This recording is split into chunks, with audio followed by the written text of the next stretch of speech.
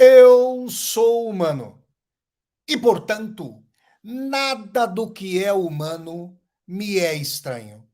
Assim falava o poeta e dramaturgo romano Terêncio, e assim falo eu, Flávio Ricardo Vassoler, escritor, professor, youtuber e nômade, fiel como os pássaros migratórios.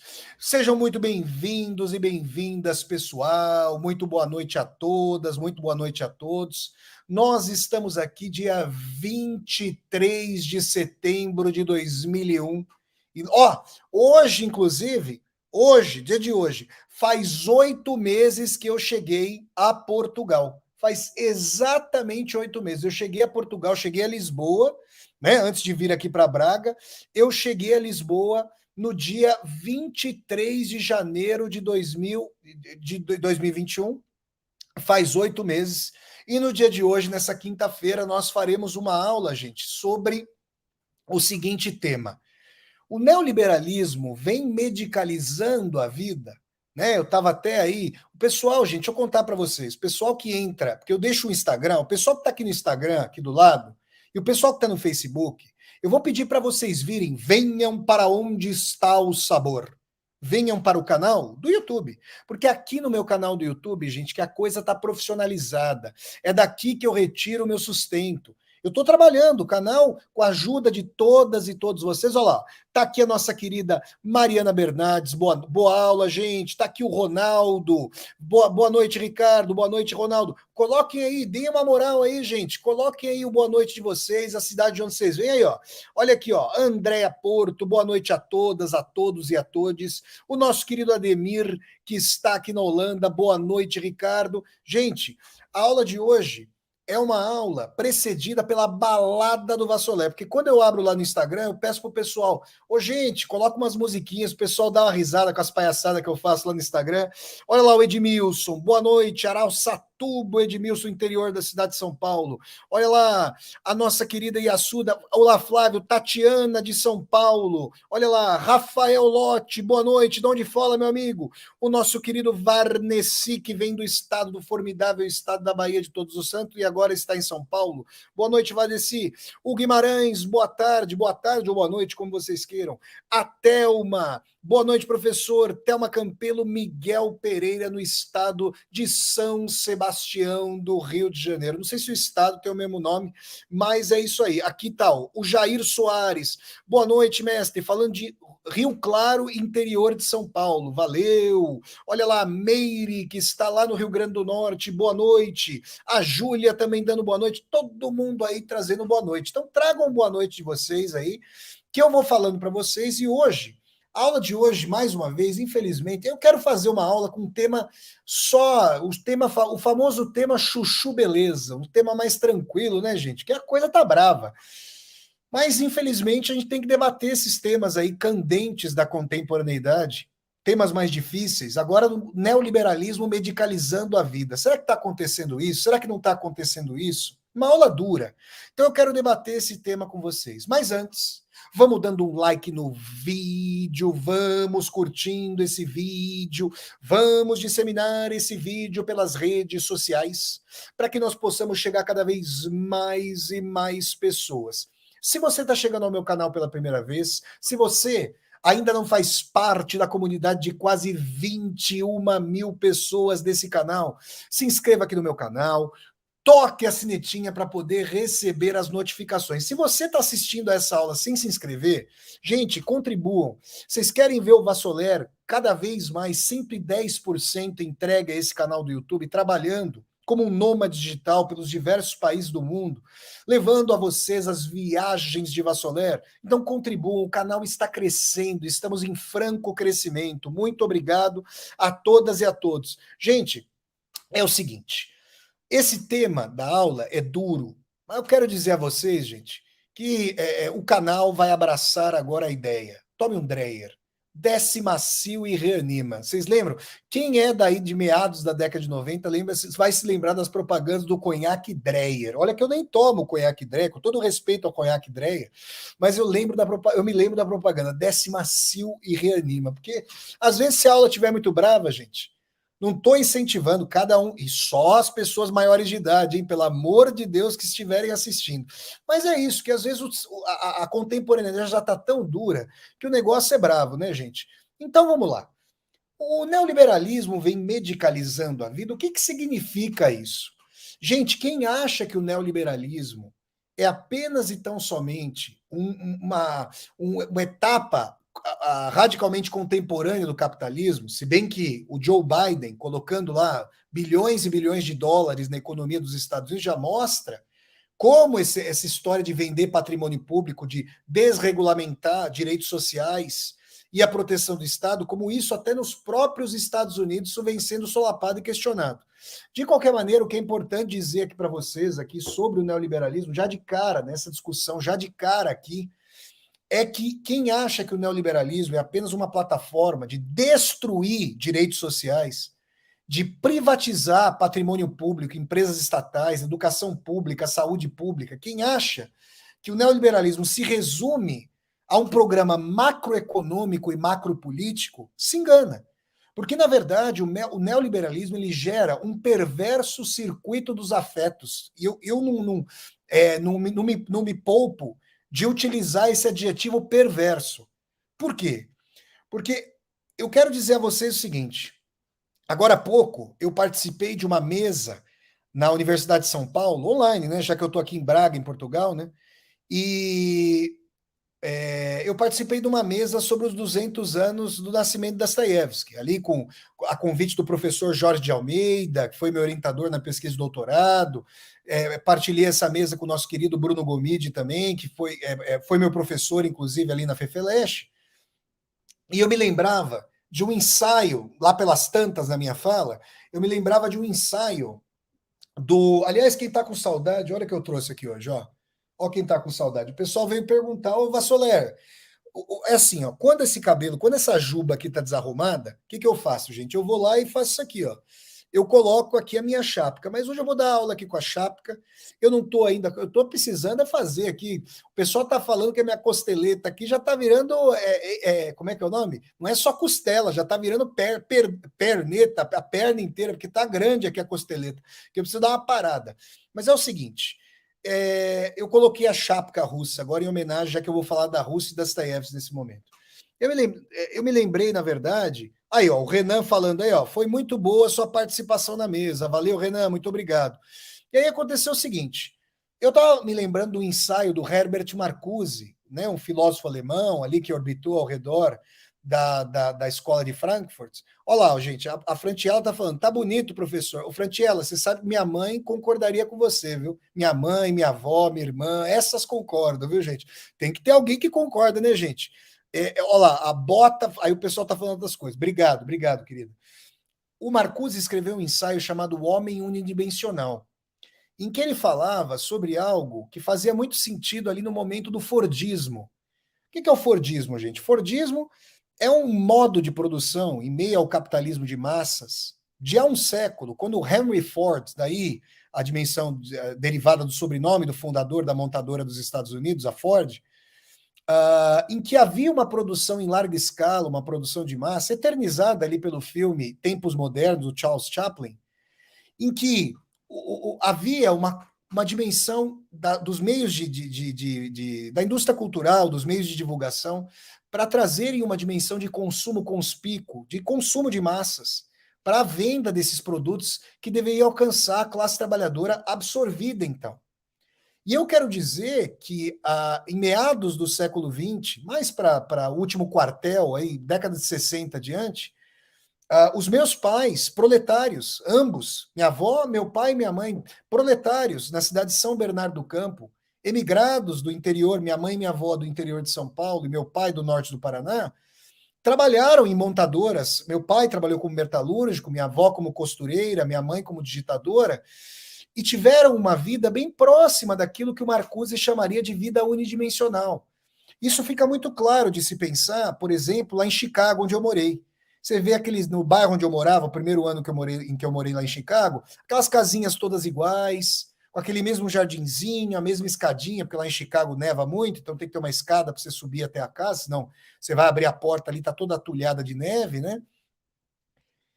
E aquela coisa de ter um desejo, o mesmo padrão de vestimenta, o mesmo padrão de vocabulário, de gostos, aquelas experiências intercambiáveis, fungíveis, equiparáveis, identificáveis, industriais, industrializadas e assim por diante.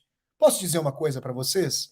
Se o Marcuse considerava que isso era horrível, que isso era burocratização, alienação própria ao capitalismo, eu gostaria de pedir para o Marcuse vir para a nossa época e viver uma época em que não tem 13º, em que o sistema de saúde pública, que ainda existe no Brasil, pode ser solapado, em que as universidades públicas estão ameaçadas e, consequentemente, as discussões das humanidades. Essa aula aqui está ameaçada não em si, mas no aparato que vai chegar até vocês para nós fazermos essa discussão. Que o adiantamento de 1/3 de férias, que o descanso remunerado, tudo aquilo que trouxe dignidade para a vida dos meus pais e, consequentemente, para a minha vida e para a vida da minha irmã, na nossa família, e de tantos milhões de famílias que puderam trabalhar, cujos pais puderam trabalhar com carteira assinada, né, cujos pais, quando foram, no caso meu pai, quando foi demitido, pôde ter ali, receber o seu 13º, coitado, quitar as dívidas e tudo mais. Trabalhadores e trabalhadoras que puderam comprar uma casa, financiar uma casa com os direitos trabalhistas. Tudo isso, gente, se gerava uma vida ali alienada, em trabalhos, na maior parte das vezes, que não eram trabalhos que diziam respeito a qualquer tipo de vocação ou subjetividade das pessoas. As pessoas trabalhavam para sobreviver, mas que ainda assim, a subjetividade de um período de mais estabilidade econômica, porque no Brasil é difícil falar de estabilidade política, né? Não preciso nem dizer, mas uma estabilidade maior, pelo menos para aquele proletariado, para aquele operariado do qual eu sou filho, na eterna cidade de São Bernardo da Borda do Campo, no ABC Paulista, que tudo isso, aí ó, o Felipe Varini falando aqui, ó, boa noite, professor, um abraço aqui de um metalúrgico do ABC aqui, ó, você está falando, o Felipe, de um filho do metalúrgico para o Felipe que é metalúrgico, é isso aí, gente, é isso aí, vocês estão entendendo? Então, gente, o que acontece? Acontece o seguinte, acontece que essa subjetividade alquebrada, ela começa a mexer com a cabeça das pessoas. Porque não é só, vejam, desde que eu me lembro por gente, ninguém vai passar pano aí, porque tinha menos competitividade. Eu me lembro lá de quando eu era criança, a gente já tinha na escola, queria ver quem jogava mais bola, ver quem batia bafo. Vocês sabem o que é bater bafo, gente? Não é ficar, fazendo bafo, não. O pessoal jogava figurinha e batia bafo. O que é bater bafo? O pessoal fazia coleção do álbum da Copa do Mundo da Panini. Vocês lembram dos álbuns de figurinha da Panini? Eu tinha. E aí, obviamente que o dinheiro era curto para comprar figurinha na banca, né?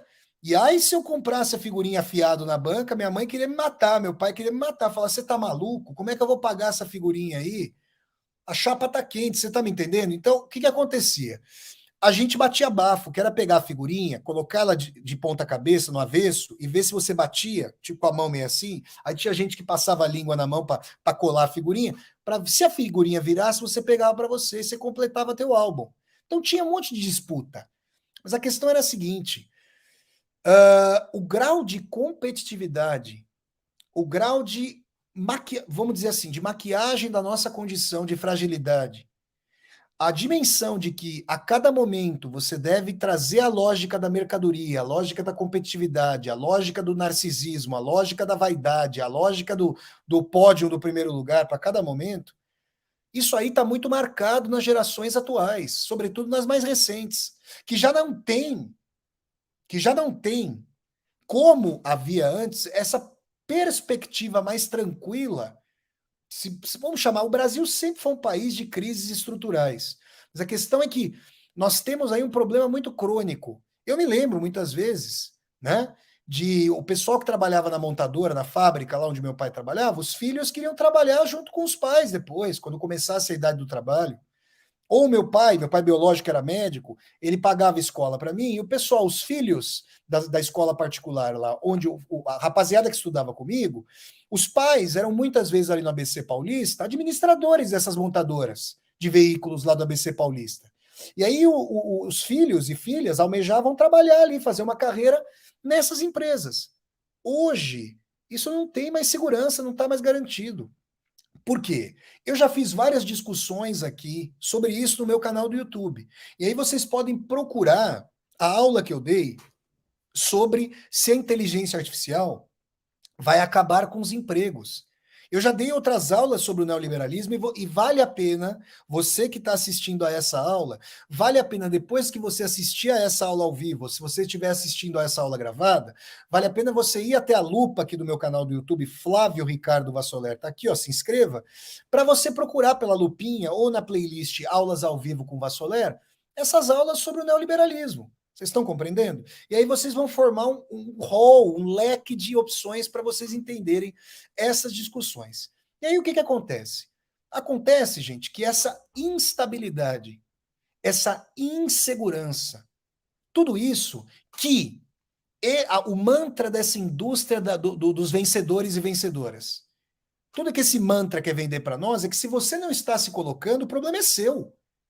E isso é um absurdo para dizer o mínimo. O problema da impossibilidade de colocação no mercado de trabalho é um problema estrutural, crônico do capitalismo, e agora o neoliberalismo acirra os ânimos de competição, racha amizades, racha relacionamentos, transforma a dimensão desse prazer fugaz, narcísico, efêmero, numa dimensão de estar no mundo. Inclusive porque nunca se sabe, quando você se abre para uma pessoa, se essa pessoa no dia de amanhã não pode ser uma competidora. Isso é uma tragédia para as relações humanas. Então é o afeto da fragilidade, da quebra, do medo, da insegurança. É esse circuito dos afetos que configura a patológica, não é nem a lógica, é a patológica do neoliberalismo. Não se trata apenas de um programa macropolítico e macroeconômico. Se trata de uma dimensão de estilhaçamento das categorias, de correlação com os demais e de entendimento do mundo e do nosso posicionamento no mundo. E como se não bastasse tudo isso, ainda há um ataque sem paralelo às humanidades. É um ataque mundialmente configurado. Eu, que sou professor universitário da área de literatura, claro, fazendo diálogos ecumênicos com a filosofia, com a psicologia, com a sociologia, com a história, com a espiritualidade, mesmo fazendo esses diálogos ecumenicamente configurados, o meu lugar de amor e de carinho é a literatura. É ela que eu vejo se aproximar mais da pele do mundo. Mas o que é a leitura de um grande romance de um Fyodor Dostoiévski, de um Lev Tolstói? O que é a leitura desses grandes autores, de um Thomas Mann, de um Machado de Assis, de uma Clarice Lispector, de uma Wisława Szymborska? O que a leitura desses grandes autores e autoras pressupõe? Uma contiguidade temporal, uma continuidade, uma processualidade.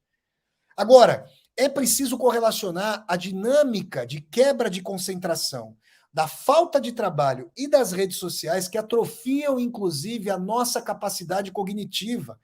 Elas trazem mais informações, mas as manchetes, a forma atrofiada, a forma célere, a passagem de uma informação sem informação a outra, um tipo de pulsão imagética atrofiando os textos. Isso é muito claro, de uma rede social mais antiga para mais recentemente utilizada. E essas plataformas elas vão trocando de nome, de identidade, para permanecer sempre com essa lógica cada vez mais forte da atrofia do conhecimento, da articulação crítica com a realidade. Então, quando nós vemos um político como Donald Trump e outros dos seus imitadores ao redor do mundo, né, falando de maneira vergonhosa para pessoas que tiveram, como essa figura teve a possibilidade de estudar, e é essa figura que deve ter anticognitiva por excelência. Mas as pessoas estão cada vez mais fraturadas na sua capacidade cognitiva porque sofrem crime social. E mais, colocar um bom romance sobre o peito e ter a possibilidade de lê-lo por horas a fio já não é algo garantido para pessoas que não sabem mais se vão ganhar um salário amanhã, semana que vem, que dirá amanhã. Qual é o contingente de pessoas que saem do mercado formal de trabalho e vão buscar alternativas no mercado informal sem carteira assinada, que não sabem, como muitas e muitos motoristas de aplicativos, pessoas que estão fazendo entrega, pessoas que estão trabalhando, por exemplo, com venda de alimentação, de comida online, e assim por diante. Como essas pessoas vão saber quanto vão ganhar? E como isso afeta a subjetividade dessas pessoas? Será que é gratuito pensar que existe uma avalanche medicamentosa, um abarcamento de uma série de tidas como patologias, como distúrbios psíquicos, numa época em que a insalubridade, a insegurança e o medo são o modo de ser das pessoas no cotidiano, na realidade? Vocês percebem, gente? Tem uma lucratividade totalmente correlacionada. Você fratura os direitos trabalhistas. Vejam, como é que meu pai e minha mãe, contando as moedas, tinha muito mês no fim do salário ainda, né? Sempre sobrava mês no fim do salário. Nunca sobrava salário no fim do mês, mas sempre faltava mês no fim do salário. Como é que meu pai e minha mãe, que eles, coitados, trabalharam o ano inteiro, o que, que eles tinham vontade no fim do ano? Pô, vamos para o interior, lá para a casa do parente. E aí, com o que, que eles contavam para poderem viajar? Contavam com o 13º dos dois. E aí pagava as continhas e tinha o 13º para poder fazer a viagem. E aí a criançada ia lá brincar no barro, ia lá para o interior de São Paulo e tudo mais, ver a bisavó, ver o bisavô, minha bisavó Isabel, meu avô Berto, né? A gente ia encontrar lá o pessoal. Era assim. Agora, como é que você vai programar? Como é que, vejam só. Não tem aquele velho dito, gente? Quando o amor sai pela... Quando o amor... Como é que é? Quando a falta de dinheiro entra pela porta, o amor voa pela janela. Já ouviram falar dessa? Ô, gente, crise financeira mexe com a dinâmica de um casal? Bom, quem está aí assistindo sabe. Como é que é legal você ver uma criança querendo lá, para não dizer Deus o livre, o negócio da crise de alimentação aí destrói tudo, né? Aí você tem uma situação de completa indignidade a que a sociedade condena milhões de pessoas, hoje no Brasil e ao redor do mundo. E aí, mas quando a criança quer fazer uma coisa, quer comprar um brinquedo, sabe, quer comprar um sorvete, não dá, não tem condições. Isso para não falar de pagar mensalidade escolar, pagar tudo isso. Então, gente, a gente tem que perceber que a gente tem que correlacionar, tá? Isso é muito importante. Quem tem o cacuete como eu de pensar histórico materialmente, ou seja, analisar a vida, colocar a vida sempre em diálogo com o contexto histórico, político, social, econômico, cultural e assim por diante. Quando a gente correlaciona, porque às vezes a gente tem pessoas da área da medicina, da psicologia, assim por diante, elas falam das categorias, vejam, importante. As pessoas às vezes falam de categorias psíquicas ou mentais como se a mente, a psique não existissem no mundo. Como se o ser humano fosse pura e tão somente um aparato biológico. O ser humano também é biológico, mas ele é histórico, político, social, cultural. E a pulsão dos desejos ou a sua sanidade também tudo isso é uma função do contexto em que a gente vive.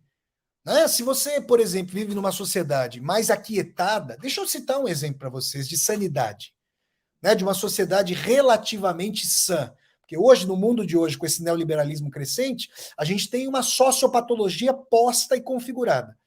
Mas deixa eu contar para vocês. Tempo atrás, eu estava assistindo a um documentário sobre educação. E a Finlândia, que é um país cujos parâmetros sociais eu admiro muito, por que eu admiro?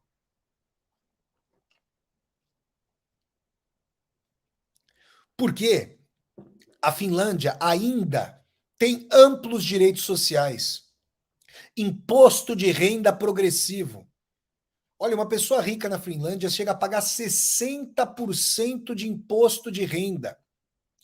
Educação pública de qualidade, primeiro lugar nos rankings de educação mundo afora, 100%, saúde pública 100%. Você conversa lá com os jovens da Finlândia, eu já fui para Helsinki, estive em Helsinki em novembro de 2008, tá? Fui lá fazer um mochilão. Passei pelos países bálticos e também cruzei o Golfo da Finlândia, tinha saído ali de Helsinki, São Petersburgo. E aí fui para lá, e aí o que eu fui descobrindo por lá? Eu fui descobrindo uma coisa que depois eu vi nesse documentário, que os jovens estavam felizes com uma situação de classe média e queriam não ter mais dinheiro do que os pais. Porque eu já morei nos Estados Unidos, essa loucura do bombardeamento a que as pessoas são submetidas de que a vida bem-sucedida é a vida com dinheiro. Olha, gente, eu acho, colocar isso aqui para vocês claramente. Lamentável essa perspectiva. É óbvio que se você não tem dinheiro, se você não tem dignidade, um salário digno, você vai passar por privação. E isso é indignidade, é um crime social.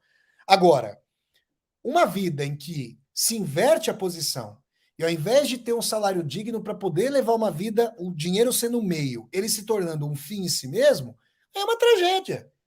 As pessoas, um jovem médio, quando eu fui fazer parte do meu doutorado nos Estados Unidos, eu sou um jovem filho da classe trabalhadora, que, por outro lado, tive muita oportunidade para estudar, e eu fui me tornando uma pessoa de classe média com o meu trabalho, mas pelas oportunidades que eu tive, que são privilégios. No Brasil não é direito. Mas eu tinha já viajado bastante por causa disso. Claro que abrindo mão de outras coisas, porque eu não venho de família remediada. Os jovens ali que faziam doutorado comigo nos Estados Unidos, estavam lá eles fazendo o doutorado completo, jovens do país mais rico do mundo não tinham viajado. Estavam por quê? Dívidas na universidade, dívidas de moradia. Ou seja, a classe média americana é totalmente enforcada. E é claro que se você está com dívida até a tampa, você não pode perder seu emprego, você também vai ter dificuldade ou medo de se sindicalizar. Isso porque desde o Donald Reagan, no fim da década de 70, começo da década de 80, os Estados Unidos e a Grã-Bretanha vêm atacando ali os sindicatos, direitos trabalhistas, direitos sociais ao redor do mundo. E com o seu poder econômico encampando essa dimensão de empreendedorismo, em que a pessoa é empreendedora do quê? Só se for do seu próprio sepulcro. Né? E olhe lá. Porque como é que você vai fazer, gente? Você ficou doente um dia, não pode trabalhar num trabalho que não te dá garantia social, trabalhista nenhuma. Como é que você trabalha no dia seguinte? O que você faz? Vejam o filme, os filmes Eu, Daniel Blake e Sorry, I Missed You, do Ken Loach. Aí vocês vão ver. A pessoa tá lá no bico do corvo, tá lá machucada, adoentada, vai trabalhar. Porque como é que ela vai fazer? O que ela vai fazer? E eu ouvia pessoas, trabalhadores e trabalhadoras nos Estados Unidos, dizendo que não, que tinha que ser assim mesmo, que tinha muito corpo mole. Então é uma coisa impressionante isso. É uma coisa impressionante. E lá na Finlândia, eu ouvia pessoas dizendo o seguinte: olha, eu não quero ganhar mais que meu pai e minha mãe. A vida deles é ótima. Eles viajaram bastante, eles já não têm dívidas, já pagaram a casa, tem um carro, tem um sistema de transporte público maravilhoso, tem tempo para ler, tem tempo para fazer amor, tem tempo para dançar, curtir. Porque é isso. As pessoas hoje estão com a vida tão fraturada. Como é que as pessoas vão se encontrar para fazer amor? Como é que as pessoas vão conversar?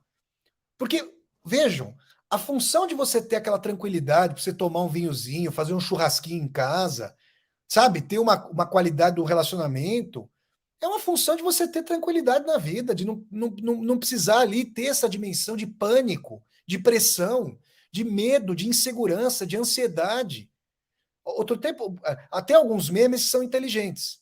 Tinha um meme que era assim: você está sofrendo, você está com ansiedade, insegurança, medo. Diagnóstico: você pode estar sofrendo do capitalismo. Então, gente, é isso que eu quero trazer a vocês. Porque a gente sim pode fazer uma comparação psicossociológica de doenças correlacionadas ao âmbito do trabalho ou à falta do trabalho e perceber que a correlação de uma medicalização da vida tem várias facetas. E uma faceta de um psiquismo adoentado em decorrência, primeiro, de parâmetros coisificados da nossa identidade. Eu quero dizer a vocês o seguinte, né? O pessoal que está me vendo aqui, está me vendo da aula, não, o Vassoler estudou, fez aí o mestrado, o doutorado, fez o pós-doutorado, então o Vassoler aí tá tranquilo. Tem nada disso não, gente. Vocês não fazem ideia, pelo amor de Deus, com a maior parte da população brasileira sofre crime social. Eu nunca passei por problemas parecidos com os da população brasileira, na sua maioria. Inclusive, problemas parecidos com os problemas seríssimos que meus pais tiveram, inclusive passando fome nas regiões interioranas de onde vieram. Mas eu quero dizer a vocês que alguém que opta por uma carreira acadêmica, intelectual, artística, como eu optei, no Brasil, não tem garantia, não tem segurança. O oásis foram os governos progressistas do Brasil que fundaram universidades públicas, aumentaram as bolsas, o valor das bolsas de pesquisa E criaram vagas para professores e professoras nas universidades, porque, gente, uma pesquisa como a minha sobre o Dostoiévski, tantas e tantas outras da área das humanidades, só na universidade pública no Brasil para acontecer. Não existe a menor perspectiva de que uma pesquisa dessa, fora de uma ou outra universidade particular no Brasil, que ela possa acontecer. Então, é uma instabilidade muito grande, uma incerteza muito grande. E aí a gente vem a dimensão de que a pessoa se sente segura, a pessoa tem segurança. Não. A quebra da segurança, a instabilidade, a ação pelo medo é uma aposta do neoliberalismo agora, para extrair o sumo daqueles e daquelas que ainda forem ser explorados, porque muitos não serão mais e viverão estruturalmente de bicos, ou seja, uma vida radicalmente fraturada. Aí, quando as camadas populares no Brasil buscam uma instituição de pertencimento como uma igreja, a classe média, que tem preconceito com relação à espiritualidade popular e não entende sociologicamente a sua expressão, acha que a pessoa ali é simplesmente, digamos, dominada. Mas tem que correlacionar isso ao desespero que é não pertencer. Se você é de classe média, você que está me assistindo, você que está assistindo a essa aula, e você tem um salário, seu pai e sua mãe têm um salário, você foi para a universidade ou está na universidade, e ao menos vislumbra algo para você, entenda o que é estar no lugar em que seu pai e sua mãe estão desempregados, às vezes estão alcoolizados por uma crise. As pessoas tentam maneiras de burlar essa dor. Viver no neoliberalismo dói. É a dimensão de dor. É a dimensão de não ter tranquilidade. Percebam como as pessoas, em cada momento, estão se cobrando por mais produtividade, por mais performance, inclusive no ato sexual, que cada vez mais é colocado com uma performance atlética, de ginástica, de academia e assim por diante. Ah, quantas aconteceram, como foi? E assim, vocês percebem como essa lógica, ela é uma lógica, uma patológica que se dissemina como um tsunami, como uma vazante por todos os escaninhos da vida? É nesse sentido que eu gostaria de trazer essas questões aqui para vocês, para nós conversarmos sobre essas questões, sobre essas dimensões, e para que nós percebamos o seguinte: a biologização estrita do ser humano, vejam, vou repetir isso, a biologização estrita do ser humano, ela é função, ela é uma função de uma compreensão de que o ser humano não deve ser compreendido em termos históricos, políticos, sociais, ou seja, em termos mutáveis, como construção histórica. É claro que o ser humano também é biológico. E é claro que pessoas que estão se mutilando, que estão tendo somatização pesada, severa, precisam do diálogo com a psicologia, num sentido mais até farmacológico, com a psiquiatria. Eu adoro a psicologia. Agora, uma medicalização estrita, escorreita, efetiva, posta do humano, ela abstrai completamente a dimensão de que nós somos históricos e históricas e que desejamos no mundo, que pode ou não, e nesse momento não pode, realizar muitos dos nossos desejos. E como é que nós lidamos com esse desejo? Olha, eu fico observando, né, colocações ali das redes sociais, em mídias sociais, jornais, revistas. E eu cheguei a ver colocações, por exemplo, de que existem perspectivas de medicalizar ou de tornar patológica a dificuldade, por exemplo, de terminar um relacionamento. Eu fiquei transtornado quando eu deparei com isso. Gente, é muito importante que homens e mulheres, e sobretudo no caso, as mulheres, por exemplo, que sofreram muito e ainda sofrem opressão patriarcal, e nesse sentido, essa identidade que é coercitiva para as mulheres de serem completas, não em si mesmas, mas com um companheiro ou uma companheira, mas que tenham um relacionamento, que venham à maternidade. Quando isso acontece com autodeliberação, é muito bonito, mas essa coerção é terrível. E aí essa dificuldade de se enxergar bem consigo próprio, sem um relacionamento. Vejam, na nossa época ela não quer relacionamentos. Ela não quer laços, vínculos. O Zygmunt Bauman usa a dimensão de liquidez, né, de relacionamentos líquidos. Só se o líquido, para mim, só se for ali aquele líquido do esgoto. Para mim, é relação danificada, alquebrada, estilhaçada, no sentido de que não se trata apenas de ser fluida, porque uma coisa fluida pode ser boa, pode ser mutável, pode ser transformadora. Algo estilhaçado machuca, não quer vínculo, não quer uma completude com a outra pessoa, uma irmanação, um companheirismo. É disputa. E nesse sentido, terminar um relacionamento ou tentar entrar no relacionamento são também funções para que nós percebamos a nossa psique, o nosso desejo, a nossa formação, iluminemos a formação em diálogo com o nosso pai, com a nossa mãe, no diálogo com o mundo. Que a gente possa perceber que se uma moça que vai a uma terapia, por exemplo, ela tem dificuldade para terminar o relacionamento, é importante que ela entenda como é que ela foi criada, como foi a relação com o pai e com a mãe, como é que foi a dimensão dela enxergar a sua própria identidade.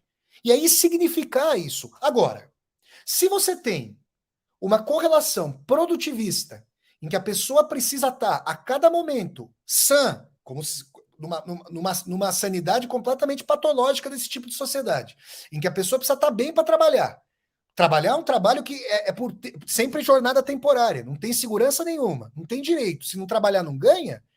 Ou seja, como é que a pessoa vai dar tempo para o discurso, para a ressignificação psicológica? Você percebe que o neoliberalismo vai pragmatizando, imediatizando a relação terapêutica e a reduzindo a uma abreviação de sintoma ali físico, fisiológico, que não se chegam às raízes dos problemas, às raízes da formação? Isso é uma questão terrível, isso é uma verdadeira tragédia. Então, quando a gente percebe isso, a gente percebe que a terapia, que deveria ser um direito humano, todas as pessoas deveriam ter direito a fazer terapia, absolutamente todas. Porque fazer terapia é estudar a sua história pessoal e a história. Ver como a história nos transpassa, como nós estamos embebidas e embebidos de história, como nós somos seres históricos, culturais, políticos, sociais, e nossas supostas apreensões meramente subjetivas são transpassadas de história em cada momento. Vocês percebem? Então, só que isso funciona se a pessoa pode eventualmente ter um atestado médico para se tratar, se a pessoa pode ter um tempo para ir se curando, se existe ali uma paciência socialmente configurada para a pessoa ali se colocar, se entender. Se os pais e a mãe têm um emprego minimamente estável para poderem ajudar o filho e a filha. Vocês percebem, não? Olhem como essa subjetividade quebrada, deformada, coisificada do neoliberalismo, ela nos transpassa, e a medicalização é uma saída lucrativa para grandes corporações medicamentosas, né, de produção de medicamentos, e ao mesmo tempo nós ficamos contra a parede. Porque o que a gente faz se a gente estiver mal e não conseguir um dia porque estamos chorando, porque estamos mal, porque não temos condição de trabalhar? O que a gente faz se não vai poder ganhar dinheiro? Como é que fica isso? Não tem mais, não tem mais afastamento, não tem atestado, não tem mais dimensão de pertencimento, de resguardo da vida. Vocês estão entendendo isso? Ah, Vassoler, é assim que você correlaciona uma série de patologias, de distúrbios psíquicos, ansiedades, pânicos com a contemporaneidade? Totalmente. Eu gostaria de ver um cotejo psicossociológico entre a incidência patológica de distúrbios psíquicos numa cidade como Helsinki e numa cidade como São Paulo. Helsinki na Finlândia e São Paulo. Vamos ver. Quem sofre mais? Quem tem mais incidência de barulho? Quem sofre mais medo de assalto, de insegurança? A criminalidade em correlação com a profunda desigualdade social e com o profundo ímpeto completamente coisificado de a pessoa só se sentir humana se tiver uma determinada marca, um tênis, uma camiseta, uns óculos de sol e assim por diante. Vocês estão percebendo, gente? Pensar assim é historicizar a psique. E é psicologizar a história. É fazer um diálogo, justamente uma pista de mão dupla. um diálogo com reciprocidade realmente. Estão compreendendo? E nesse sentido a gente começa a entender a nós mesmos e mesmas. O desejo que vocês têm, o desejo que nós temos, é nosso. Tá, mas é nosso vem de onde? Tá, a gente pode. Quando a gente. E aí é o meu cacuete, obviamente, da formação em ciências sociais. Quando a gente correlaciona o nosso desejo com a nossa procedência de classe ou com o nosso ponto de chegada de classe, para quem teve a oportunidade, infelizmente não são muitas pessoas no Brasil de hoje, de mudar de classe social, né? Quando nós correlacionamos com o nosso pertencimento de classe, com a proveniência do local em que nasceram nossos pais, com a chance ou com a falta de oportunidade de estudar, com a dimensão de nossas viagens ou falta de viagens, o que nós conhecemos do mundo, o quanto nós já lemos, nos descentramos, vimos filme, acesso a atividades culturais. Isso vai forjando aquilo que é a névoa da nossa subjetividade. Nossa subjetividade é uma névoa. Ela pode ser mais afeita ou mais contrafeita a determinados valores. E eu quero dizer a vocês que eu, que cresci num mundo pré-digital, num mundo ainda analógico, eu tenho mais da metade da minha vida já com o mundo digital. Desde 2000, que eu me lembro. A primeira vez que eu tive internet em casa foi no ano 2000, mas a primeira vez que eu usei a internet foi em 1997. Eu estava no primeiro colegial. Faz tempo, hein? Mas até então eu tinha crescido no mundo digital. Mais lento. Muito mais lento.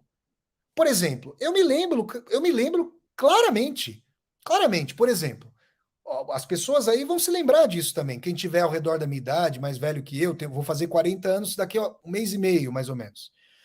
Por exemplo, quando eu conheci uma moça que depois se tornou minha namorada. A gente saiu lá, quer dizer, a gente se encontrou numa balada lá no lugar, a gente se conheceu. E o que a gente fez? A gente trocou um telefone. Bom, cada um trocou. Aí ficava aquela coisa, né? Ai, e agora? Eu vou ligar, a pessoa vai ligar, todo mundo ficava assim. Eu nunca tive isso aí, gente. Eu não conto muito de vida privada, mas só estou contando isso. Poxa, gostei da pessoa, vamos lá, vamos ser gentil ali, atencioso, vamos mostrar aqui a nossa afetividade. Muito bem. Você ligava, não era daqui a uma hora. Não começava a falar instantaneamente. Tinha um tempo para falar com a pessoa. E tinha uma dimensão de você imaginar o que a pessoa estava fazendo, né? Se a pessoa estava pensando em você. E outra coisa, o telefone fixo, que hoje parece um objeto da pré-história, deve ter gente nova que está vendo aqui, os vestibulandos e vestibulandas, talvez nunca tenham visto telefone fixo na vida. Né? Eu me lembro que o telefone fixo começou a ficar obsoleto lá em casa em 2008, 2009. Então, 10 anos já, mais de 10 anos, 12, 13, 14 anos aí, de obsolescência. E aí o que acontece? O telefone, é que também começou a época do telefone com bina, ou seja, você já sabia quem estava te ligando. Mas quando você ligava para a casa da pessoa, você não sabia se a pessoa estava lá, você não sabia se a pessoa ia atender. Às vezes atendia o sogrão. Nossa, que maravilha, hein, gente? Já pensou falar com o sogrão? Que maravilha. Mas acontecia. Hoje, esse liberalismo de a pessoa ter uma privacidade para receber uma mensagem, ter o seu tempo de resposta, ele está assustado. Primeiro que se você manda uma mensagem na rede social, você sabe se a mensagem chegou. Você tem certeza. Mesmo na época do e-mail, você mandava, mas não sabia se a pessoa tinha recebido. Muitas vezes você perguntava para a pessoa, você recebeu meu e-mail? E a pessoa falava, não recebi. Acontecia. Acontecia. Agora, hoje, você sabe se a pessoa recebeu.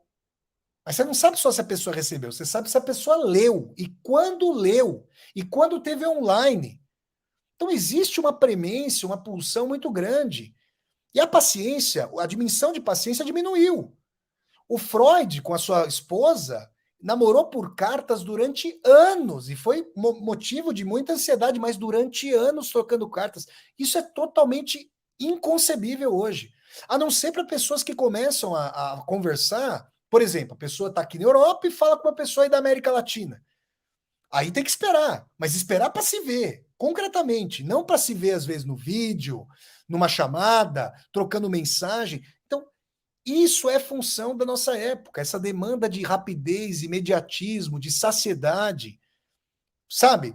Tem uma coisa muito importante que é um fruto mesmo dos movimentos de 68, a vaga que veio, que se irradiou daqui da Europa para todo mundo, que é essa dimensão de liberdade sexual, sobretudo para as mulheres, ou seja, que as pessoas possam ter liberdade de serem felizes sexualmente, inclusive com a multiplicidade das orientações, e que isso possa beneficiar as pessoas, porque realmente ter a felicidade com a sexualidade, né? A pessoa não ter tabu, a pessoa romper preconceitos, é uma coisa formidável.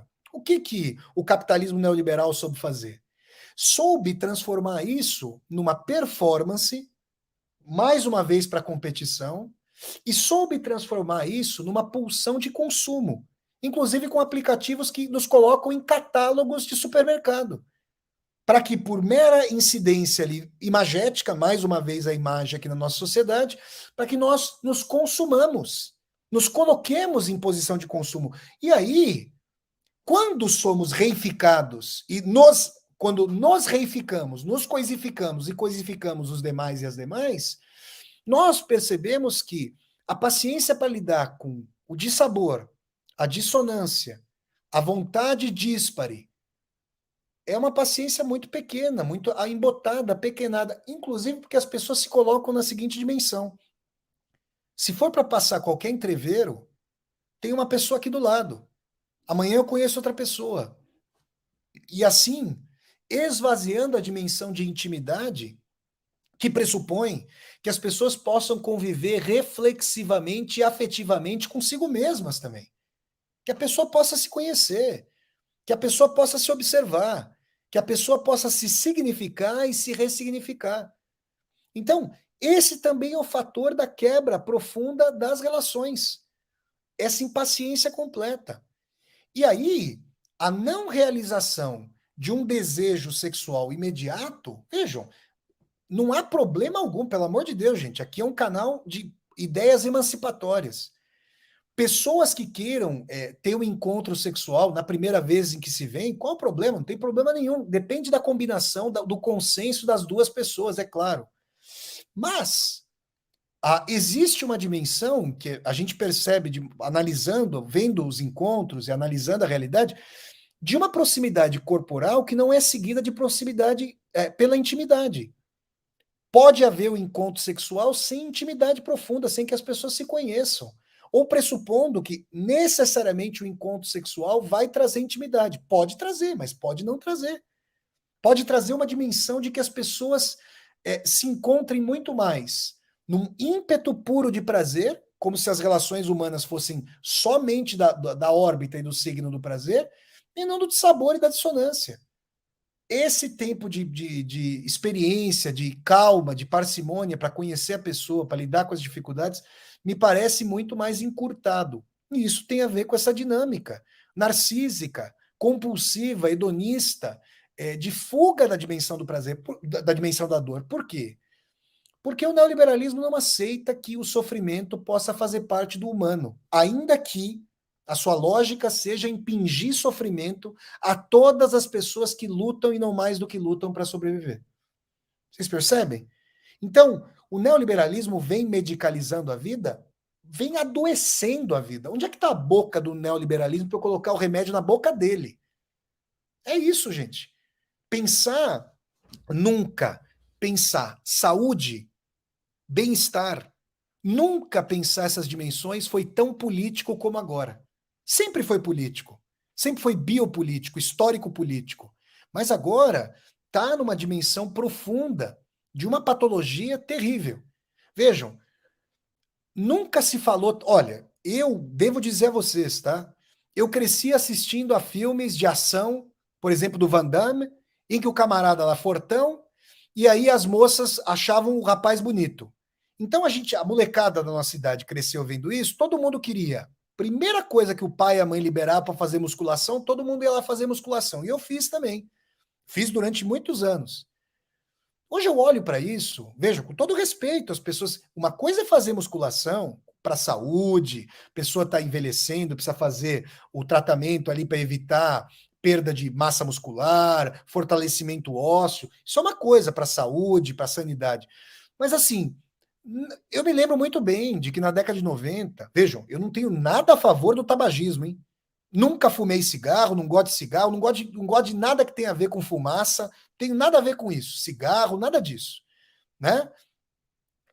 Mas o tabagismo era até um signo. Minha mãe falava isso de quando era jovenzinha, dos filmes lá que aparecia o ator de Hollywood, o James Dean, fumando, e a juventude queria fumar também. Ainda havia uma coisa do cigarro para a adolescência, para os adolescentes e as adolescentes dos anos 90. Mas de lá para cá, isso virou um tabu tão grande. Isso é bom, lógico, porque as doenças decorrentes do cigarro são terríveis. Agora eu me pergunto se o bem-estar que é vendido industrialmente nos programas, revistas, internet, corrida, faz o diabo a quatro, se isso traz saúde para as pessoas. E eu me pergunto se o ambiente corporativo que patrocina uma série de departamentos de fisiologia e psicologia nas universidades mais caras do mundo não sabe que para o tipo de trabalho novo desse capitalismo ultratecnológico é preciso que determinados hormônios que ajudam na criatividade sejam liberados com o exercício físico. A pessoa acha que está fazendo o seu bem-estar, mas para as grandes corporações interessa que a pessoa tenha uma saúde ali determinada para ser explorada ainda mais. Porque não havia essa febre por corrida. Não havia essa febre por corpo musculoso, corpo enquadrado, quadrado e enquadrado. Não havia essa febre nos anos 90, eu não me lembro disso. Mas agora é dado. Existe uma caça de um tipo de corpo, de um tipo de expressão, de um tipo. Isso sem falar de como as fotos aparecem em redes sociais aí. Então, quão salubre é isso? Essa salubridade, esse bem-estar vendido, eles são o oposto mesmo de um bem-estar efetivo. Repito, eu não estou falando de ode pura e simplesmente ao sedentarismo que traz uma série de problemas cardiovasculares, circulatórios e assim por diante. Não é isso que eu estou dizendo. Mas se nós temos uma dinâmica insalubre por excelência, me parece que muitas vezes, quando as pessoas estão fazendo exercício, a lógica de performance é a mesma lógica do trabalho. Quantos quilômetros em quanto tempo? Vocês estão percebendo? Vocês estão correlacionando essas questões? Então, gente, é essa dimensão que eu gostaria de trazer para vocês aqui. E aí, para me encaminhar aqui para o fechamento da aula e para abrir para as perguntas de vocês, eu quero dizer o seguinte: vamos dando um like no vídeo, vamos curtindo esse vídeo, vamos compartilhar esse vídeo nas redes sociais para que cada vez mais e mais pessoas possam curtir o canal. Você pode contribuir para esse canal, esse meu canal do YouTube, de várias formas. Vejam só. Se você não tem possibilidade de contribuir financeiramente, está numa situação mais complicada, sem o menor problema, seja muito bem-vindo e bem-vindo. Você pode dar um like aqui no vídeo, e isso já ajuda bastante na disseminação do vídeo. Se você puder contribuir, se você puder ajudar o canal, que é minha fonte aqui de renda, você pode fazer o seguinte: se você tiver no seu computador, ao lado do vídeo, tem o chat. Embaixo do chat, e no celular, o chat está embaixo do vídeo. Embaixo do chat tem um retângulozinho com um cifrão. Se você clicar nesse retângulozinho, vão se abrir 3 abas. A aba do Super Sticker, que é uma saudação paga, a aba do Super Chat, que é uma pergunta paga, e o tornar-se membro. E nisso você ajuda muito esse meu canal do YouTube com contribuições. Você pode se tornar membro e pode deixar de ser membro quando você quiser. É claro, o membro humanista, escolhendo a faixa ali. E você pode trazer o Super Sticker e o Super Chat. Você vai ajudar bastante esse canal e eu vou agradecer muito a você. Claro que a audiência de todas e todos também é muito importante para a disseminação. Inclusive, eu gostaria que você, que está assistindo a essa aula e eventualmente concorda com o que eu estou dizendo, que você leve esse vídeo, essa aula, para pessoas que não entendem essa perspectiva, não concordam com essa perspectiva, não conhecem essa perspectiva.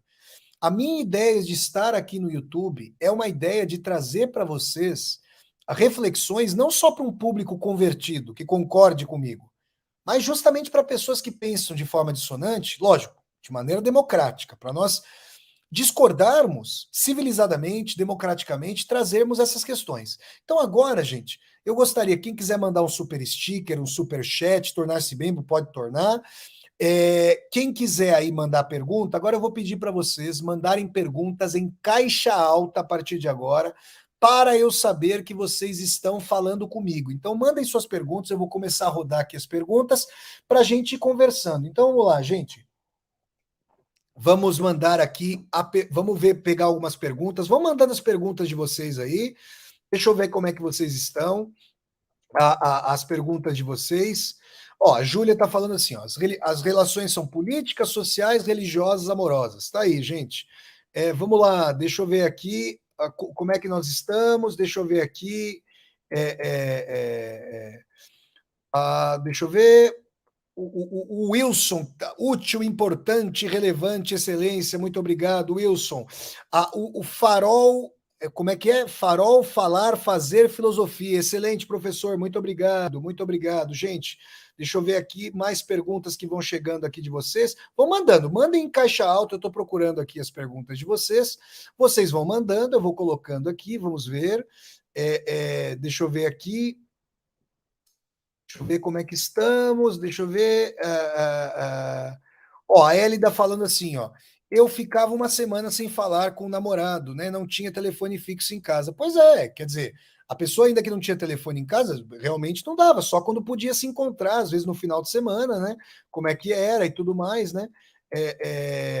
A Yasuda tá falando, a Tatiana, a cultura europeia é muito diferente da americana. Querida, não dá mais para a gente, nessa altura da história e do grau de americanização, de capitalização do mundo, fazer uma cisão nesse momento entre cultura europeia e americana mais.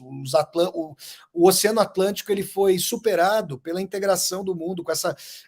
A Europa ela não é mais o que era antes do fim da Segunda Guerra Mundial. Estou morando aqui e estou dizendo para você: existe a historicidade? Existe. As cidades portuguesas, espanholas, logo vou fazer outras viagens, das viagens de Vassoleri, vocês vão ver, são diferentes das americanas, mas a coisa vai num sentido de outro caminho, tá? Vamos lá, deixa eu trazer aqui. Aqui, ó, a Frantiela trazendo. A sociedade cria a doença e depois vende o remédio. Perfeito, é essa a correlação, gente. É essa justamente a correlação. Deixa eu ver aqui. O Varnesi está perguntando assim: como fazemos para não cairmos nesse neoliberalismo massacrante? Varnesi, isso não depende subjetivamente de nós. Assim, depende de uma certa medida e eu vou explicar como.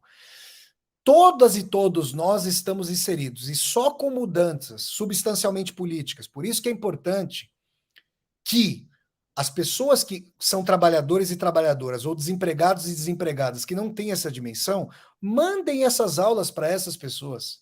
Mandem essa aula para essa pessoa, para que nós vejamos isso conjuntamente e para que nós percebamos como esse fenômeno é histórico-social e para que trabalhadores e trabalhadoras, desempregados e desempregadas, não votem em partidos neoliberais, nessa direita privatizante, para que nós percebamos e que nós, inclusive, forcemos a sociedade a ser mais inclusiva, protetiva, com um salário universalizado, uma renda para pessoas que agora não vão conseguir mais trabalhar.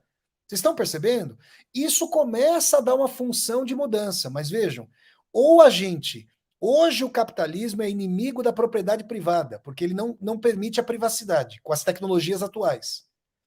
Concentracionista, que é o turbocapitalismo neoliberal, ele é inimigo da propriedade privada. O Brizola costumava dizer: a propriedade privada é tão boa, mas tão boa que todo mundo deveria ter uma. Né? A maioria não tem. Vocês estão percebendo? Então, agora, se você tem a possibilidade de ainda assim ter uma dignidade da sua vida, cada vez menos pessoas, dependendo da escolha que você faz, para os valores da sua vida. Ah, mas o fulano não vai me respeitar se eu não tiver o carro X e a casa Y. É isso que você deve querer para sua vida? Por que não desconstruir isso? Como é que a sua vida ficaria desconstruídos esses parâmetros coisificados? Será que você teria mais tempo para fazer um passeio com a namorada, com o namorado, para fazer uma viagem, para ficar em casa comendo uma pizza ali tranquila, vendo um filme, lendo um livro? Será que isso traria uma dimensão, se você já tem uma casa própria, será que isso traria uma dimensão de dignidade humana maior? É só uma questão para a gente ver. Será que a forma de a gente conversar com as pessoas Sem falar que título a pessoa tem, que posição a pessoa tem, se é mais inteligente, menos inteligente, se já leu mais ou não. Será que a gente ouve as pessoas interessado nas pessoas? Será que a gente realmente tem interesse ou a gente só está esperando a nossa vez de dizer? Vocês percebem? Isso vai desconstruindo competitividade que não precisaria ser competitiva. Eu entendo, dada o grau de sociopatologia dessa nossa época e sociedade, que a pessoa se veja compelida no trabalho a ter que ter uma produtividade, senão a pessoa é mandada embora, não sobrevive. Mas na sua vida privada, é preciso significar e ressignificar tudo isso. Tá? Vamos lá, deixa eu ver aqui. Deixa eu ver. Vamos ver aqui. O Só Books. Professor, como lidar com a angústia desses tempos de instabilidade e neoliberalismo predatório? Não é uma função apenas subjetiva, mas entender que o problema, a dor que se sente, ela é real e é uma dor sadia muitas vezes. Vejam, entendam. Quando a pessoa está se mutilando, está se destruindo, o apoio medicamentoso é importante, pode ser importante, mas a medicalização brutal da vida, a dimensão de determinados distúrbios psíquicos ou de uma depressão, pura e simplesmente a fatores biológicos, tudo isso é a radical negação da historicidade humana e de uma antropologia humana para além da biologia. E isso é uma questão importante para a gente conversar. Então, entender que uma dor que se sente, olha, eu não me adapto a esse, eu não quero ser melhor do que ninguém. E as pessoas têm vergonha de dizer isso hoje. Porque a pessoa é chamada de acomodada, de falta de ambição. Qual o problema? A pessoa querer dignidade na vida dela e ter uma vida tranquila. Olha, meus pais foram pessoas comuns e eu quero dizer que eles foram muito felizes. Dentro da perspectiva da vida que eles tinham, depois, claro, no começo da vida deles não, porque passaram fome. Mas depois que foram para a cidade, conseguiram comprar casa própria, nossa, eu lembro que a gente tinha noites ali, não tinha presente, não tinha mesada, mas a gente sentava para conversar. Ficava ali batendo um papo, às vezes faltava luz no bairro, nossa, quantas vezes faltava luz, colocava a vela, contava história da época do interior. Era uma dimensão. Ninguém queria mais. Agora vejam, ninguém está dizendo, gente, que ter um salário ruim é bom. Eu nunca disse isso.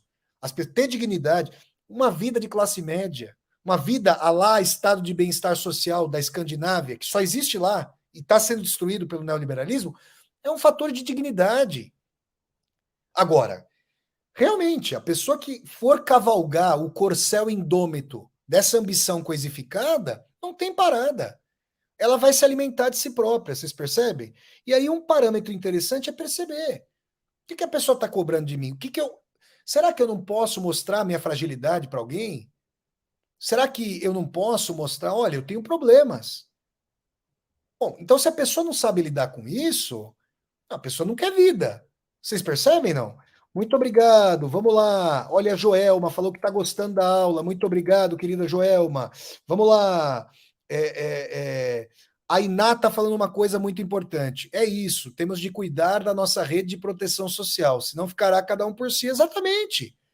Ué, gente, se você não tem se você tem o solapamento dos sindicatos, das leis trabalhistas, o que vai acontecer? As pessoas têm que sobreviver. Você vai para o mais basilar. Você vai pensar em você, no seu clã, no máximo no seu vizinho e contra os demais. É uma tragédia, né? É uma verdadeira tragédia. Vamos lá, vamos mandando as perguntas de vocês, gente. Eu vou vendo as perguntas aqui que vocês estão mandando. Deixa eu ver. A Elisângela falando aqui. Falou tudo, professor. Hoje se perdeu o direito ao fracasso. Se me faça entender. Perfeito. Elisângela, querida, quando se fala isso, eu sempre cito um ensaio do Leandro Conder, um filósofo brasileiro falecido há alguns anos. O Leandro Conder escreveu um ensaio chamado Curriculum Mortis. Olha lá, é um currículo mortis que se contrapõe, obviamente, ao currículum vitae. E o que estava acontecendo ali? Estava acontecendo o seguinte: se você pegar o currículum vitae nosso, meu currículo é verdadeiro, mas ele é verdadeiro só numa parte. Você pega meu currículo Lattes, porque eu sou professor, sou acadêmico, professor universitário, ou meu currículo regular, ou o currículo de vocês, ali só pode ter vitória. Ah, porque fulano fez isso, porque fulano fez aquilo, porque A, B, C, D, E, J, sei lá. Mas e quando eu chorei? E quando eu tive medo, quando as pessoas têm medo de ir para uma entrevista de emprego e não dá certo? E quando a pessoa depende do emprego para pagar uma mensalidade de escola ou aluguel e não pode perder aquela oportunidade? E a pessoa começa a gaguejar, a pessoa chora. E quando a pessoa não está feliz com a roupa que está utilizando ali, porque ela não usa essa roupa no dia a dia, ela gostaria de ter mais liberdade e tantas outras coisas.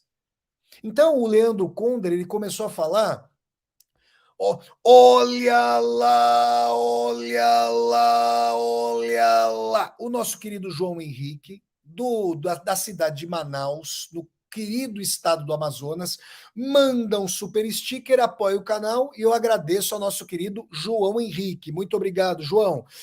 Então, gente, quando acontece isso, o Leandro Konder ele chegou a falar no seu ensaio Currículo Mortis, que vocês encontram aí na internet, que a pessoa deveria ser vista pela dimensão do que sonhou, não apenas e tão somente do que ela realizou. Gente, tem tanta coisa que a gente quer realizar que não vai acontecer. Tem tanta coisa. Vocês percebem? Por exemplo, ó, eu ainda estou com a esperança de poder ir para a Rússia agora em novembro, mas não sei se vai dar certo. A burocracia não está pequena. A pandemia está brava. A pandemia está brava. E isso que eu estou falando de uma coisa daqui a um mês e meio. Tanta coisa, gente, que eu imagino, imaginei e vou imaginar para a vida que não vai acontecer.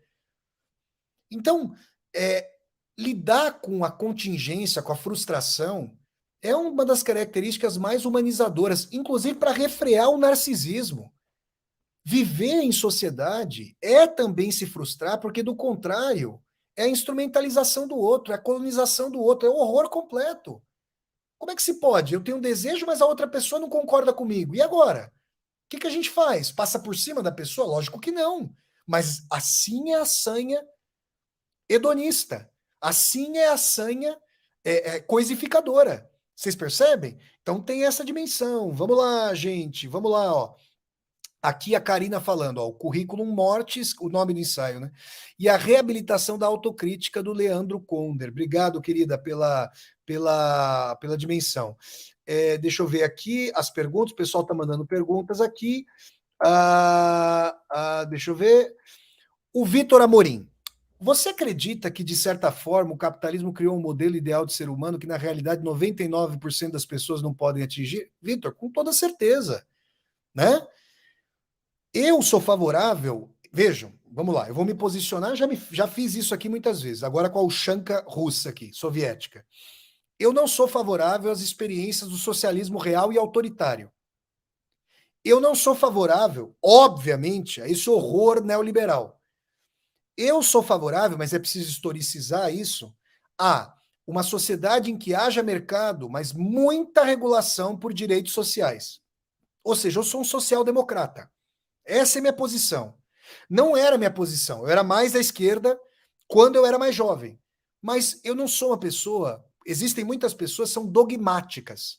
Pessoas que, à revelia da experiência histórica, precisam de um líder. Tem gente, que fala dos líderes do socialismo real como pessoas religiosas falam de Deus. Aliás, o que o socialismo real fazia, colocando a imagem do Stalin, do Lenin, do Marx e do Engels, qual a diferença de colocar um santo numa igreja católica? Tem alguma? Olha lá, olha lá, olha lá. A nossa querida Elisângela faz aí um superchat e fala que o currículo mortis do Leandro Konder lembra o poema em linha reta do Fernando Pessoa. Inclusive, querida, eu já li aqui no meu canal, fiz uma leitura de Vassoler do poema em linha reta do Fernando Pessoa, nunca conheci quem não tivesse sofrido achincalhamento. Todo mundo agora é campeão em tudo. Exatamente. Muito bom, querida. E aí, Vitor, respondendo a sua pergunta, eu sou favorável a uma sociedade em que as pessoas tenham sonhos e ambições, mas que a ambição seja uma coisa sadia. Realmente, quem quiser criar uma obra artística, quem quiser empreender no sentido de criar uma empresa, vai passar por medo, insegurança. O novo é sempre muito difícil. Mas por que isso precisa ser a tônica de todas as pessoas? E por que as pessoas que não tiverem essa ambição têm que ser penalizadas por uma sociedade da qual elas fazem parte e cujos ancestrais criaram a riqueza que é apropriada privadamente, usurpada por poucos. Vocês estão percebendo? Essa é uma sociedade mais sadia, que protege as pessoas, que faz com que, claro, nós precisamos comprar as coisas. Não, nós precisamos viver. Mas será que comprar é a dinâmica da vida? Deixa eu contar um caso para vocês aqui. Eu estava lá em Florença, vou falar para vocês, janeiro de 2013. Estava lá em Florença, cidade italiana de Florença. Eu estava comendo ali um espaguete alla carbonara. Maravilha, coisa linda. E aí eu estava conversando com a moça que trabalhava no restaurante, que era uma moça grega, muito simpática, talentosa, fotógrafa. E a gente batendo um papo. E aí a gente conversando sobre esse neoliberalismo, sobre essa sociedade, e falando que as pessoas não têm tempo para olhar as esculturas florentinas, o domo de Florença, aquilo ali é uma maravilha. Aquilo ali é uma das 7 maravilhas do planeta Terra. Né? Um local de peregrinação, assim como os muçulmanos e as muçulmanas devem ir a Meca e a Medina, os judeus a Jerusalém, os cristãos a Jerusalém, as pessoas adeptas da arte, como eu, como vocês, deveríamos ir a Florença, né? Deveria ser facultado o direito de peregrinação a Florença. Muito bem. A gente conversando ali, e aí tinha um rapaz português sentado ali e jantando também. E aí o rapaz virou e falou assim: mas isso aí que vocês estão falando, virou pra gente, isso aí que vocês estão falando é puro sonho. Eu falei, mas por quê? Porque vocês vejam, eu tenho vontade de fazer os passeios que vocês estão fazendo, só que eu tenho que ficar trabalhando até tarde da noite, 18 horas por dia. Porque eu estou numa grande companhia, estou ganhando um bom salário, mas não consigo viver minha vida. E eu falei para ele, esse é o tipo de vida que você quer? É para isso? A nossa sociedade não pode distribuir a riqueza de outra forma, produzir a riqueza de outra forma, para as pessoas não precisarem trabalhar 18 horas por dia? Mas é que essa tecnologia demanda isso. Falei, demanda isso não. Não é a tecnologia por si só que demanda isso. O que demanda isso é uma sociedade com um grau de concentração de renda que não permita a decisão democrática. Vocês estão percebendo? Olha lá, olha lá, olha lá. A nossa querida Karina CNL manda um super sticker, apoia aqui o canal e eu agradeço muito a nossa querida Karina CNL. Muito obrigado, minha querida. Vamos lá, mais perguntas aí. Aí tem umas perguntas deixa eu ver aqui. O Auri está fazendo a seguinte pergunta: o modelo atual do sistema capitalista neoliberal está nos escravizando como nunca na história humana. Olha, Auri, pensa só. A escravidão era o horror dos horrores e o maior horror da história do Brasil. Do Brasil, na sociedade brasileira, não há maior horror do que a escravidão, um dos maiores horrores, uma das maiores chagas, se não a maior chaga da história da humanidade. E uma chaga, infelizmente, reiterada ao longo da história da humanidade. O que está acontecendo agora? Se você não tem direito trabalhista, se você não tem direito a folga e a férias, e se você folga, não é remunerado, se você não tem segurança sobre até quando você vai trabalhar e quanto você vai ganhar, se o seguro-saúde está a seu cargo, como se chama isso? Se você não tem direito de vale transporte, vale refeição, isso não é uma forma de escravidão assalariada ou parcamente assalariada? Isso não é uma tragédia? As pessoas vão adoecer, já estão adoecendo. Isso está esgarçando o tecido social. E no Brasil, eu quero dizer a vocês, a atratividade para organizações sociais, para construções sociais de pertencimento, para dar uma gramática para a vida, como igrejas, para não falar de crime organizado, ela tende a ser muito forte. Vocês estão percebendo? Onde é que você vai fazer uma carreira? A dimensão de carreira, ela está sendo solapada, destruída pelo neoliberalismo. Vocês percebem, não? Vamos lá. Vamos ver. A Camila faz uma pergunta aqui. As relações têm de ser transformadas coletivamente. Pois é, isso que eu estava trazendo aqui. Como reunir as pessoas para realizar as transformações necessárias? Porque eu vejo várias pessoas que trabalham a dimensão humana perdendo para o capital. Camila, olha o que nós estamos fazendo aqui. As pessoas estão assistindo a essa aula. Essa aula está sendo assistida, está sendo vista ao vivo por vocês. E depois ela vai ser vista por outras milhares de pessoas e vai se disseminando. E a gente vai compartilhando. As mesmas redes que apartam, dialeticamente, são redes que podem trazer união, conflagração de movimentos, revoltas, protestos, manifestações, que pode conscientizar. As pessoas me pedem, já me pediram aqui no canal, vamos fazer vídeo curto. Agora tem os cortes do Vassoler aqui no canal. Tá? Eu fundei uma playlist com os cortes de Vassoler. E vocês mesmos e mesmas podem fazer corte nos meus vídeos e disseminar aí pelas redes para vocês disseminarem ideias. Agora, existe um problema também. Qual é o limite do pensamento crítico? Porque existe um limite para discussão abaixo do qual a pessoa já não consegue ter uma cognição mais profunda da realidade. É o que está acontecendo nessa perda educacional da sociedade atual. Vocês percebem? Então a gente precisa pensar sobre isso. Mas essa atuação aqui pelo meu canal do YouTube, quando eu dou essas aulas com temática histórico, político, social, são atuações para nós pensarmos criticamente essa realidade, tá bom? Vamos lá. Olha lá, a Karina faz uma brincadeira aqui, ó. Carreira, na verdade, agora é a dança das cadeiras. Exatamente. Vocês lembram da dança das cadeiras, gente? O pessoal ficava dançando, aí o pessoal tinha que sentar. Tinha sempre uma cadeira a menos para quem estava dançando. Quem não conseguia sentar, beijinho, beijinho, tchau, tchau, ia embora. E aí ia fazendo a dança das cadeiras. É preciso, é isso mesmo, né? A Karina está falando assim, ó, assisti a uma reportagem sobre entregadores que ficaram lesionados, né, fisicamente, perderam membros, ficaram paraplégicos sem nenhum amparo. Porque é isso, gente. A pessoa não é vista como um empreendedor, uma empreendedora, então a pessoa já não é mais um vendedor, uma vendedora da força de trabalho, como na percepção clássica de proletariado. A pessoa vira ali um sócio, só que ela continua tendo como única disposição a venda da sua força de trabalho, que pode cada vez menos ser absorvida dado o grau de automação do capitalismo. E mais uma vez, existem pessoas de esquerda, existem partidos de esquerda com a retórica de União Soviética de há um século. O que a gente faz? O que a gente faz? Essas pessoas são completamente anacrônicas. E eu repito, hein? Eu já tive contato com pessoas falando do Lenin, porque, assim, o stalinismo é um crime rematado. Agora, tem pessoa que está reavivando até o Stalin, aquele criminoso.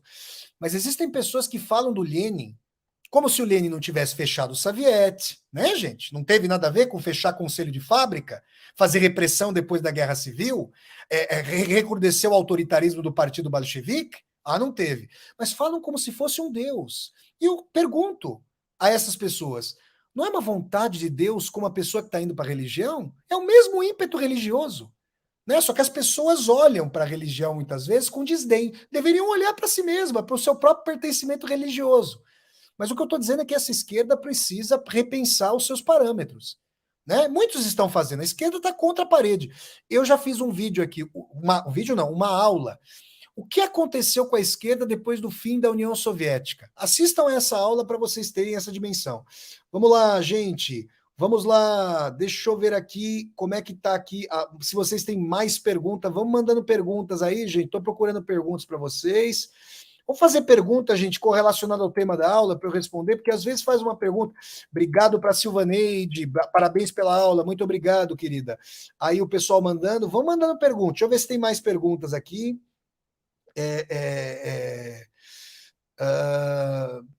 O farol falar, como é que é? Farol falar, fazer filosofia. Vassoler, vamos escrever sobre essa relação de que você fala? Eu chamo isso de subjetividades compartilhadas. E o capital é uma dimensão dessa subjetividade de maneira cooptada. Eu chamaria essa subjetividade do capital de subjetividade estilhaçada, de antissubjetividade. Né? E chamaria essa tentativa de subjetividade névoa, de partilha, de nós partilharmos uma rede de contatos, de acepções para nos fortalecermos institucionalmente. Sindicatos, partidos, movimentos, coletivos. Eu estou tentando fazer isso com o meu canal, eu trago esses temas à tona, né, e venho problematizando. É o que eu posso fazer como escritor, como professor e youtuber, como vocês sabem aí, tá bom? Vamos lá. Obrigado aqui a Andréia Perim, querida, que acho que está em Porto Alegre nesse momento. Um grande abraço, Andréia. Vamos lá, gente, vou mandando. Tem mais perguntas? Eu estou procurando as perguntas de vocês. Quem tiver pergunta pode mandar. Eu vou procurando aqui e a gente vai falando para ver aqui. Deixa eu ver. Deixa eu ver aqui. Vamos lá, deixa eu procurar aqui. Deixa eu ver.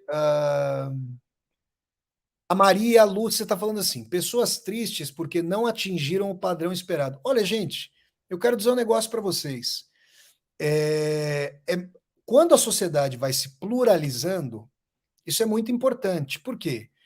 Porque mais orientações, identidades podem vir à tona. Agora, o capitalismo neoliberal já sabe disso e transforma essas identidades plurais em nicho de mercado para você comprar cada vez mais e parecer consigo próprio. O capitalismo não dá ponto sem nó, gente. E a gente vai entendendo isso. Então, é sim benéfico que pessoas com orientações, identidades diversas, plurais, possam expressar a sua pluralidade, a sua diferença, a sua diferença. Mas é importante saber se isso não pode gerar um consumo conspícuo nesse próprio nicho de mercado, usando aqui a expressão, né? A Thalita está fazendo a seguinte pergunta: o que o senhor acha da vida a crédito do conceito de vida a crédito do Zygmunt Bauman?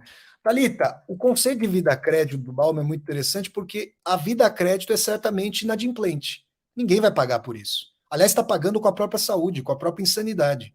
Então, o neoliberalismo ele não só medicaliza a vida, ele adoece a vida. Ele é a própria a patologia. E é importante que nós percebamos isso. O que é que nós queremos para a nossa vida e para a sociedade? A gente quer uma vida com 18 horas por dia de trabalho? Eu não quero. Eu certamente não quero. Eu quero poder viajar, eu quero poder descansar, eu quero ficar de papo para o ar, eu quero ler os meus livros, quero escrever. Bom, aí eu nem vou dizer, eu quero escrever. O que vocês querem? Vocês estão percebendo? As pessoas querem tranquilidade. E eu repito, hoje não é por falta de tecnologia e de produtividade econômica que a humanidade não é alimentada. Se nós pegássemos o PIB mundial e dividíssemos pela população mundial, ninguém ia passar fome. Ah, Vassoler, você é a favor de salários iguais? Eu não sou, a princípio, desfavorável à diferença salarial. Eu não vejo problema nisso. E eu acho realmente que quando as pessoas têm as oportunidades, é importante que as pessoas tenham incentivos econômicos para se diferenciarem. Não, não acho isso ruim. Eu acho ruim quando isso vira uma dimensão de a pessoa ser alguém e o outro não ser nada. Fica essa coisificação de um capitalismo estadunidense neoliberal. Vocês percebem? Não vejo problema nenhum de uma pessoa ter 3, 4 vezes maior renda do que outra pessoa. O problema é ter 1 bilhão de vezes, como acontece no Brasil, nos Estados Unidos, no mundo atual. Ter uma sociedade de classe média, tudo bem. Se você deu oportunidade para todas as pessoas estudarem, moradia, saúde, se uma pessoa vai ter um cargo maior do que outra, vai ganhar mais, pode, dentro de parâmetros civilizados, democráticos, autoridade não é necessariamente autoritarismo, né? Aí a gente pode trazer essa questão. Vamos lá, deixa eu ver aqui. Vamos lá, deixa eu ver aqui o que vocês estão trazendo aqui mais. O Felipe está perguntando assim: professor, o dinheiro assumiu ou consumiu o lugar do Deus morto? Quer dizer, o capitalismo ainda não consumiu? Felipe, o dinheiro é o novo Deus para o capitalismo. O dinheiro é o capital, essa movimentação do dinheiro, né? Esse mais dinheiro, essa questão aí mórbida desse movimento do capital. Vamos lá. A Suzana, professor, a máxima, o trabalho dignifica o ser humano, ainda tem espaço nessa sociedade tão consumista? Suzana, querida, a máxima poderia ser: o lazer dignifica o ser humano, o amor dignifica o ser humano, o trabalho, quando condigno, provido por direitos, por férias, 13º, um tempo razoável de trabalho, isso dignifica o ser humano. Muitas pessoas ficam felizes com o seu trabalho. Outras pessoas não tiveram a oportunidade de optar pelo seu trabalho, né? Na sociedade atual, só o trabalho que não é mais o trabalho para sobrevivência. Você não trabalha para viver, você vive para trabalhar. Aí é o contrário. Aí é a prostração do humano, né? Vamos lá. A Silvaneide, Flávio, o que você pensa sobre a fetichização da vida medicalizada? Então, é isso. Quer dizer, você vira uma dimensão de você não poder, cada escaninho da vida é medicalizado. Tem uma nova patologia por dia. Olha, gente, quantas crianças da minha época tomariam remédio? Talvez todas. Qualquer coisa é uma síndrome. Ah, é atenção, porque é isso. Não se pensa historicamente, não se pensa politicamente, não se pensa culturalmente, não se pensa socialmente. E como os pais não têm dificuldade para criar os filhos, porque estão trabalhando, lutando pela sobrevivência, terceirizam para o remédio essa dimensão de curar. Eu converso com pessoas que dão aula para o ensino médio, ensino fundamental, estão vendo as pessoas, alunos e alunas depressivos, deprimidos. É uma sanha de competição brutal. Vocês percebem, não? Mateus, o neoliberalismo se autodestrói? Ele destrói a todos nós e a todas nós, Mateus. Nós precisamos questioná-lo, revogá-lo, né? Que pode destruir a sociedade, o neoliberalismo é construtor de sociedades potencialmente ingovernáveis. Você está percebendo? Olha aí, a Elisângela falando. Essa aula está sensacional. Muito obrigado, querida. Outras coisas melhores é que deveriam dignificar o ser humano ao invés do trabalho, né? O Felipe está falando assim: o trabalho dignifica o homem, estava nos portões de Auschwitz. Na verdade, Felipe, lá nos portões dos campos de concentração nazista, bom, tinha uma coisa que não era exatamente essa frase. Arbeit macht frei. O trabalho liberta. Isso num campo de trabalhos escravos. É uma tragédia. Né? É uma verdadeira tragédia, nem preciso dizer o nazismo, mas esse neoliberalismo é radicalmente autoritário e não é à toa que ele destrói a democracia, mesmo a burguesa liberal limitada. Porque é uma sociedade ingovernável, de pessoas sem direitos, de pessoas pauperizadas, famélicas, quebrantadas, estilhaçadas, só o autoritarismo para governá-la. Vocês estão percebendo? Ao redor do mundo, a gente está vendo isso. Não é só no Brasil. Esperamos que essa vaga, essa onda terrível que se abate nesse momento sobre o nosso país, possa passar. Pessoal, eu quero dizer a vocês muito obrigado a todas e a todos vocês pela audiência em mais essa aula ao vivo aqui do meu canal do YouTube. Vamos dando um like no vídeo, vamos curtindo esse vídeo, vamos disseminar esse vídeo pelas redes sociais para que nós possamos chegar cada vez mais e mais pessoas.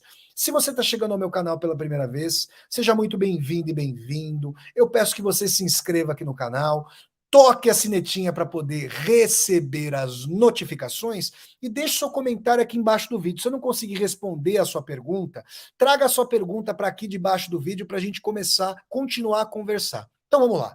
Neste sábado, às 10 horas da manhã, vai ter uma resenha sobre mais um capítulo do Decálogo do grande Krzysztof Kieslowski, o Decálogo número 4. Já fiz 3 resenhas do Decálogo. Nesse sábado, vocês assistirão a 4ª resenha. No domingo, às 11 horas da manhã, as viagens de Vassoler continuarão a singrar a cidade de Évora, no coração alentejano de Portugal, aqui onde eu estou. Tá bom, gente?